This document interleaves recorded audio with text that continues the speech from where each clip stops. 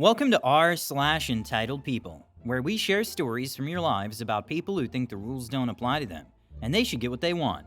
Thank you, friends, for subscribing to the channel, and for so many likes. And today we have 3 great stories, so subscribe, hit the like button, and let's begin. The first story, entitled man attempts to scam points system, throws tantrum over canceled reservation. The second story, confrontation with entitled mom and her child and the consequences of it. The third story, management mutiny, how 4 employees banded together to make the boss work on their terms. The first story is, he called back about it? Let me try and give baby his bottle. My front desk is at one of a franchise restaurant. We have an online system for people to book reservations through our website with a third-party app. I've worked 2 years here, and this is the first I've heard about a points program with said app. Basically, if you make a reservation early, like right when we open at 4:30, and get sat in dining and have your entree served before 5, you get points redeemable for about $25 in gift card credit, if you're a member with the app. An early bird treat, if you will. I punched into my shift after this fella had checked in, and he was situated at the bar, nicely dressed in a blue suit with a glass of red in front of him. He's dressed for the part. I looked at our books for the evening and saw that he was an early rezo. They're pretty uncommon for my location, and though they happen occasionally, it's usually an elderly group. Our friend here, let's call him Jeff, was listed to have a few others join him. Considering he'd been in the bar for half an hour already, I had a feeling they weren't going to show. I go about my opening duties and seat a few tables before my duty manager, DM, comes down to meet me at the desk. DM, this effer's still here, huh? Me, seems so, what's his deal? DM, he always makes early reservations, shows up for the bar, usually gets stood up and never makes it into dining, so he collects the points and we don't make any money. He then shows me our guest records and it lists 6 previous attempts at reservations, only a couple of which were actually completed, and said dinners. I was told lasted about 30 to 40 minutes. My DM for that evening knew him well from previous visits, as the entitled a-hole who still demanded the points even though he doesn't fill the requirements. He's been scamming this deal because once a reservation is completed, it'll count in the system as a complete dinner. Easy points if no one notices. For the next while, I stood at my post as our bar staff became increasingly more agitated.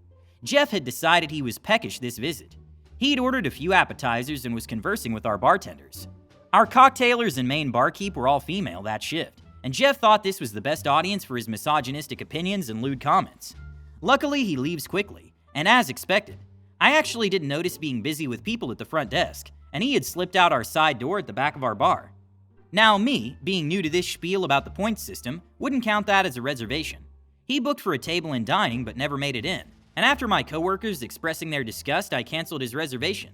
I canceled it not realizing it made a difference, and oh boy what a difference it made, because the phone conversation I had with him not even 5 minutes later was an effing call.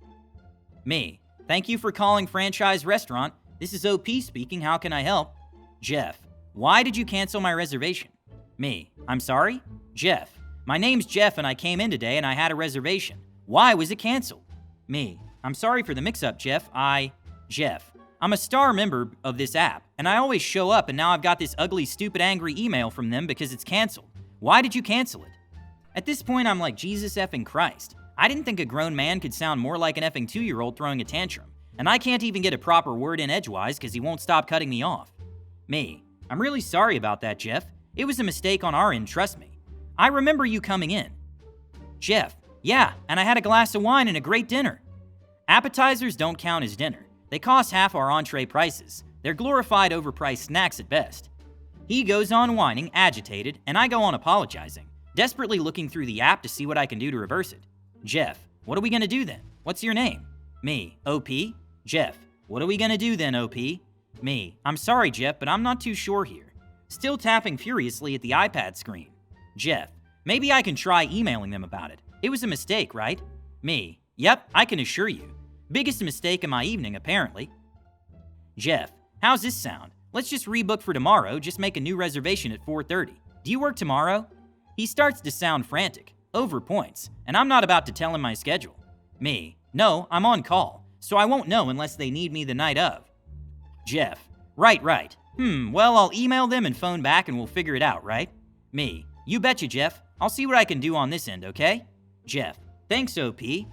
I hang up, shaken by his intensity over the phone and worried about the ramifications, haha. I radio my DM back to the front desk and update him on what happened.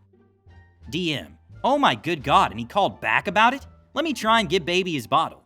Me: my bad, chief. I'm sorry if he comes after us for it. DM: oh, I effing hope he does so I can deal with it. Piece of work he is. We managed to fandangle his reservation to complete after some tinkering, and the rest of the evening was quiet. I never heard back, so I assume he got his points. We have since flagged his guest records for the future, and I added baby emojis along with a do not in the notes. Till next time, Jeff. I'm absolutely outraged by Jeff's behavior in this story. He manipulates the reward system designed for genuine customers, using it for his own personal gain, while showing complete disregard for the restaurant staff and the integrity of the system. Jeff is just a complete moron who thinks he can do anything. Furthermore, Jeff's misogynistic comments and lewd behavior towards female bartenders are inexcusable and offensive. No one should have to endure harassment while simply doing their job. When his order is rightfully canceled due to non-compliance, Jeff reacts like a spoiled child, throwing a tantrum and demanding that the staff correct his mistake. His sense of entitlement and refusal to take responsibility for his actions is astounding. Thankfully, the staff noted his record and added a warning for the future. People like Jeff should not be allowed to exploit honest establishments, and this incident should serve as a lesson in responsibility and respect for restaurant staff. The second story is, EM teaches her kids to harass minimum wage workers. Me. So I work at a pizza chain as a manager, and last night I was working the closing shift. Usually after 12 we don't get calls, mostly just online orders. I was surprised when around 12:30 our phone started to ring. I was in the back office with my driver cleaning up front, and I answered the phone. It was a lady who's clearly slurring her words and trying to order a bunch of stuff all in one breath. I ask her to slow down and I eventually figure out her order. As I'm reading it back to her, she suddenly hangs up. I figured it was a mistake, so I wait a few seconds and she calls back. I read her back her order and asked for her card info, but she hangs up again in the middle. I wait for her to call back, but after like 4 minutes, she never does. The phone starts ringing again, but it was a different person asking if the lobby was still open, to which I said no, and as I was talking to him, the phone rang again. Some lady whose order I was taking, but I was in the back with the other customer, so my driver in the front answered the lady. We'll just call her Karen. After I hang up with the man I was talking to, I walked to the front to see if my coworker was talking to Karen. She was. As I got closer, I could hear my coworker saying, "Ma'am, I can't understand you. You're slurring your words, I'm sorry." I walk right next to the phone and hear clear as day Karen scream, "F you, you effing B," and hang up. I told my coworker that I was just talking to her and she kept hanging up and seemed drunk. She agreed and we went back to our business. Not even a minute later, the phone rings again. It's Karen. My coworker picks it up and says, "We will not be serving you. You do not get to call an employee a B and still order. Good night," and hangs up. That must have infuriated Karen and made her do what she did next. We get another call and I answer because it's anonymous, and it's a little kid that sounded about 6 or 7. I could hear Karen in the back saying, "Sweetie, order mommy a pizza," so I hang up. The little kid keeps calling, and I feel bad because it's not the kid's fault, but the incessant ringing was starting to get on my nerves. I pick it up and tell the little kid, "We will not be serving you, please stop calling." To which Karen says, "Call her a B, sweetheart."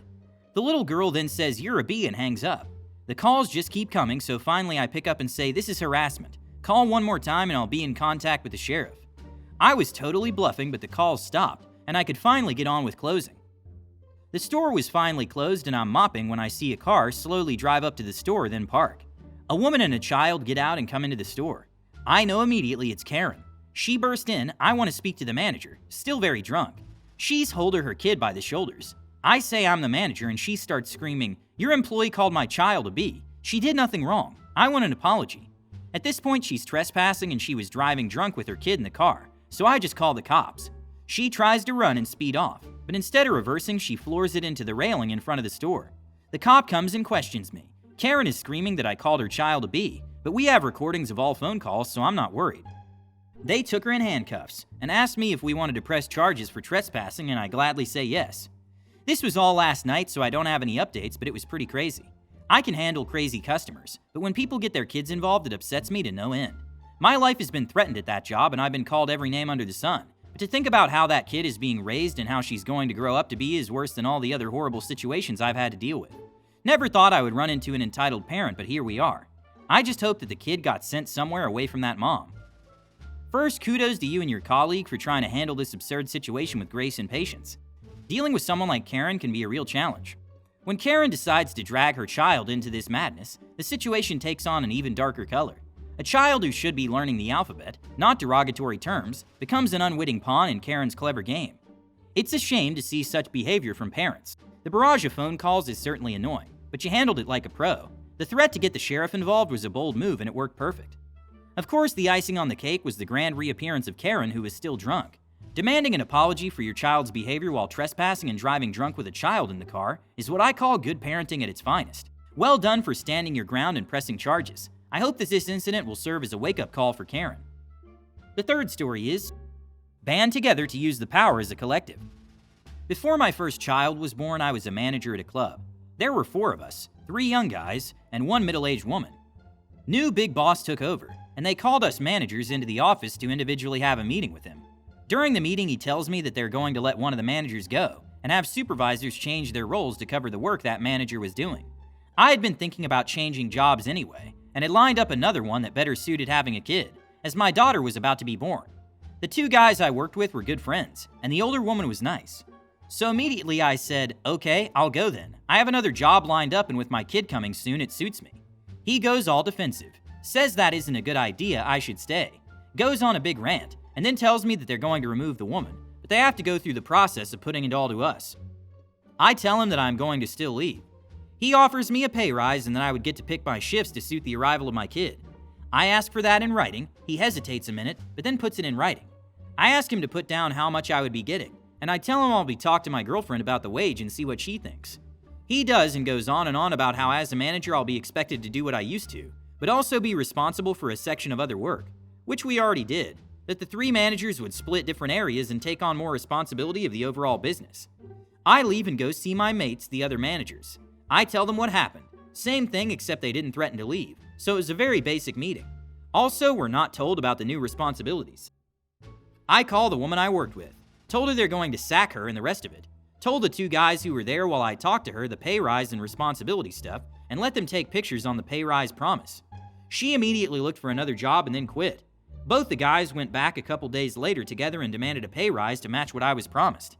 I left. The 2 guys who stayed demanded that they replace the 2 managers and not change supervisors, as the managers now had more responsibility, or they would immediately quit. So all the new boss did was lose 2 managers, up the pay rate, and get nothing in return. Well, to say that this new boss was a strategic genius would be at least an exaggeration. He came in with his big plan to fire 1 manager and reallocate responsibilities. And what happened next? He offered you a promotion, different shifts and all that, and you were like, let's put it in writing. So what? The guys came in, took a picture of the promise, and 1 manager quit. Then 2 guys threatened to quit, and he of course panics. And the result? The idiot boss got nothing and lost employees. The moral of the story? Don't try to change a situation that's already working. Hit the like button and subscribe to the channel. See you in the next video.